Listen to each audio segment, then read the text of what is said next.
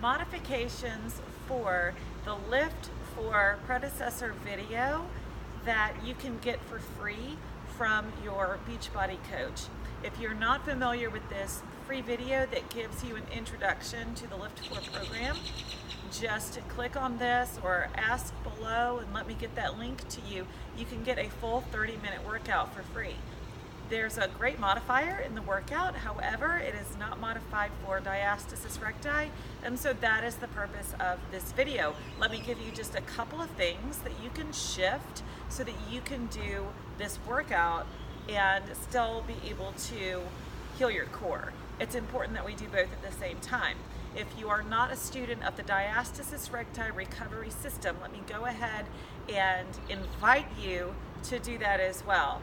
It is great to get in a modified workout, but the injury itself needs its own focus and healing.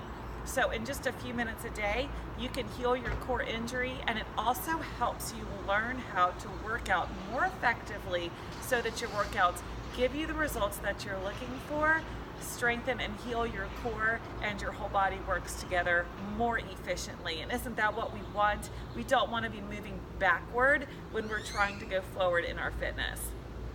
Here's a couple of things that are in this workout that we'll need to modify just a little bit.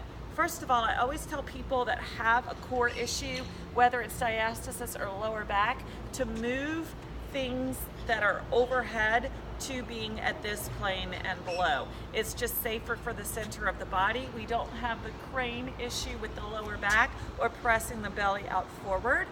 So when Joel has us do those shoulder presses, I would ask that, sorry, I had to go grab my weights. I would ask that you consider doing an L from side to side. Okay, it's still a great shoulder workout, and it is front and side shoulder on both sides, but it doesn't have that overhead issue. Also, anytime that I'm working out with someone and we're doing front-loaded squats, it is super important that we never press out through the abdominal walls, which can happen if we're loaded to the front, because our tendency could be, as we bend our knees, to stick our belly out. So make sure to hold the abdominals up and in as you sit back and stand up. Everything must remain engaged. If you have a hard time keeping the tummy muscles away from the thigh muscles as you sit with a front-loaded squat, then consider moving the weights to your sides or trying without weights for a little while until you get this feeling of core engagement at the same time. The rest of the weightlifting section should be very doable for you. Just adjust your weights if you need to. It's most important to heal your injury first. Then he goes into the HIIT section, which means that you're doing some high intensity interval training. And most of these exercises include some kind of plank or bear. In plank or bear, we have to modify in order to keep this up and in if the core is injured. So when you're going down into a burpee, instead of going into a full plank, he has us going here, right? Instead of going into a full plank, just do one leg at a time. It will give you enough support so that you're not having gravity pull down at the center of your body quite so much, okay? And as you come up, you can keep that low stance if you can keep the tummy up and in. If not, stand all the way up and then come down and begin again. If you have flexibility issues with your hips and doing that, then just go into a squat, lunge, squat, lift.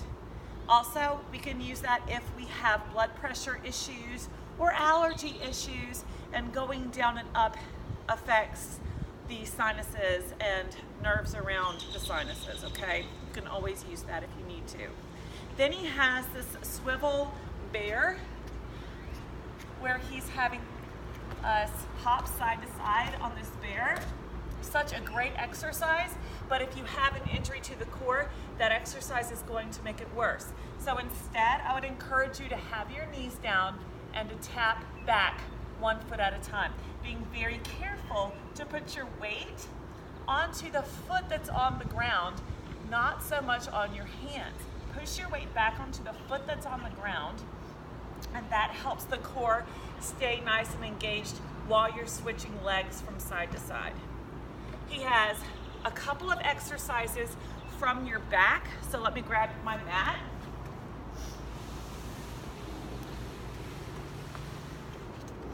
Very important if you have diastasis recti and lower back issues that we do not do curl-ups, sit-ups, and crunches. So when we get onto our back safely, which means rolling onto our side and then onto our back, then instead of doing curl-ups or sit-ups, tuck the tummy under, lower back touching the floor, ribs tucked down, and start with these. Just this press on the thigh, holding the tummy up and in, pressing on the thigh. If you're using your hands and your thigh to press against each other, you're going to get that nice core engagement happening. Then for the second exercise, instead of bicycling, lifting the head and bicycling side to side, looks like this on the video, I would encourage you to have everything down, lay the legs out. Now the back is going to slightly leave the mat, but you're still going to keep it tucked under and ribs tucked down, and you're going to bringing the knee in, lift, and come down. Other side comes in, lift, and come down. Now, if you cannot keep the core engaged through that entire range of motion, then you're going to go back to a bent knee, and you're just going to pull the knee in and switch. Pull the knee in and switch. That way, you can get in abdominal exercises and strengthen them in the right way, rather than hurting yourself trying to get abs and exposing that injury, possibly creating hernia and not doing yourself the work that you want to do to heal. I hope this video helped you. If it did, let me know about it in the comments below. Share it with someone that might need the help, particularly anyone who is maybe a year or two out of having a baby. Diastasis recti is in almost everybody that has recently had a baby, and so we just have to exercise differently and allow that injury to heal up. And just like I mentioned at the beginning of the video, if you haven't started the Diastasis recti recovery system, please make sure that you do.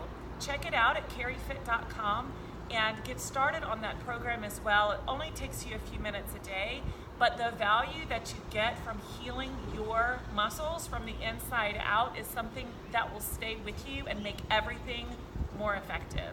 Thanks for hanging out with me today, and I hope to work out with you again soon. Let me know how I can help.